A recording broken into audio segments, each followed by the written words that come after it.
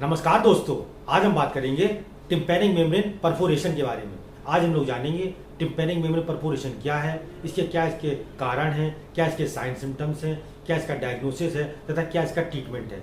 तो आइए जानते हैं what is tympanic membrane perforation. आइए सबसे पहले जानते हैं what is tympanic membrane. Tympanic membrane वह स्ट्रक्चर होता है जो एक्सटर्नल ऑडिटरी कैनाल और मिडिल ईयर को सेपरेट करता है।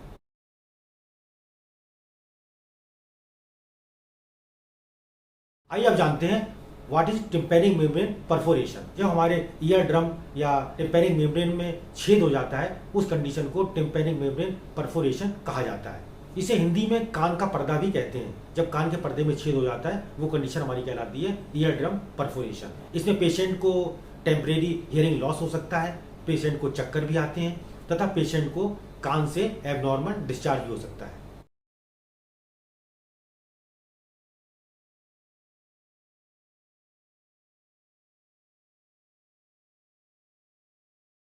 आइए जानते हैं causes of tympanic membrane perforation. Tympanic membrane perforation के निम्न कारण हैं। सबसे पहला कारण है हमारा ट्रॉमा या इंजरी। अगर कान में किसी प्रकार की चोट लग जाती है तो उस कंडीशन में टिम्पैनिक मेम्ब्रेन परफोरेशन हो सकता है। दूसरा कारण हमारा है स्कल फ्रैक्चर। यदि किसी के स्कल में फ्रैक्चर हो जाता है उस कंडीशन में भी पेशेंट को टिम्पैनिक मेम्ब्रेन परफोरेशन हो सकता है। यदि किसी पेशेंट को ओटाइटिस मीडिया हो या मिडिल ईयर का इन्फेक्शन हो उस कंडीशन में भी टिम्पैनिक मेम्ब्रेन परफोरेशन हो सकता है। कभी कभी रैपिड प्रेशर चेंजेस के कारण भी टिम्पैनिक मेम्ब्रेन परफोरेशन हो सकता है। जैसे यदि कोई एरोप्लेन में सफ़र करता है उस कंडीशन में भी टिम्पैनिक मेम्ब्रेन परफोरेशन हो सकता है। कभी कभी बहुत ज़्यादा नॉइज ट्रॉमा के कारण भी परफोरेशन हो सकता है। नॉइज का मतलब होता है बहुत ज़्यादा शोर। नेक्स्ट कारण हमारा है foreign body into the year. यदि ईयर में किसी भी नुकीली चीज़ से कान को साफ किया जाता है उस कंडीशन में भी टिम्पैनिक मेम्ब्रेन परफोरेशन हो सकता है। अगर किसी पेशेंट को हेड साइड इंजरी हो उस कंडीशन में भी परफोरेशन हो सकता है। आइए हम बात करते हैं रिस्क फैक्टर्स की। रिस्क फैक्टर की बात करें तो ये पुरुषों में महिलाओं की अपेक्षा ज़्यादा देखने को मिलता है। यदि किसी पेशेंट ने कान की सर्जरी पहले कराई हुई है उस कंडीशन में भी टिम्पैनिक मेम्ब्रेन परफोरेशन हो सकता है। यदि किसी पेशेंट की टिम्पैनिक मेम्ब्रेन रप्चर हो गई हो उस कंडीशन में भी परफोरेशन हो सकता है। यदि किसी पेशेंट को सीवियर ओटाइटिस एक्सटर्ना हो उस कंडीशन में भी टिम्पैनिक मेम्ब्रेन परफोरेशन हो सकता है।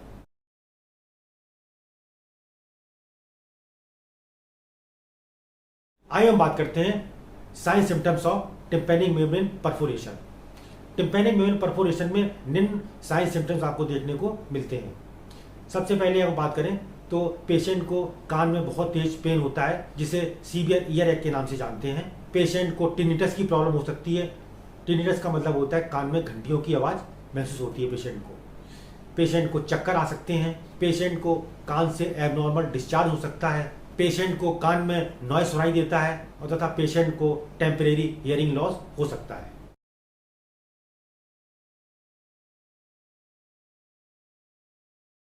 आइए हम बात करते हैं diagnosis of tympanic membrane perforation.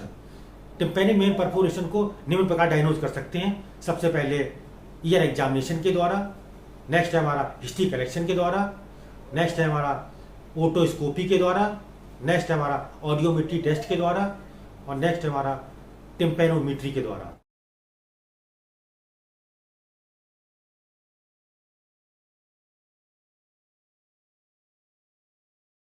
आइए हम बात करते हैं treatment of tympanic membrane perforation.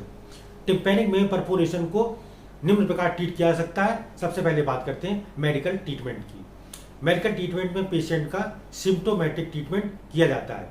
यदि किसी पेशेंट को फीवर आ रहा हो उस कंडीशन में पेशेंट को एंटीपायरेटिक ड्रग्स दी जा सकती हैं।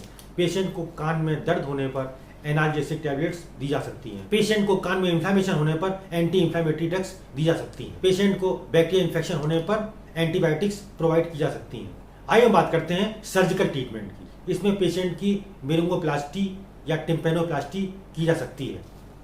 टिम्पैनोप्लास्टी का मतलब होता है रिपेयर ऑफ टिम्पैनिक मेम्ब्रेन।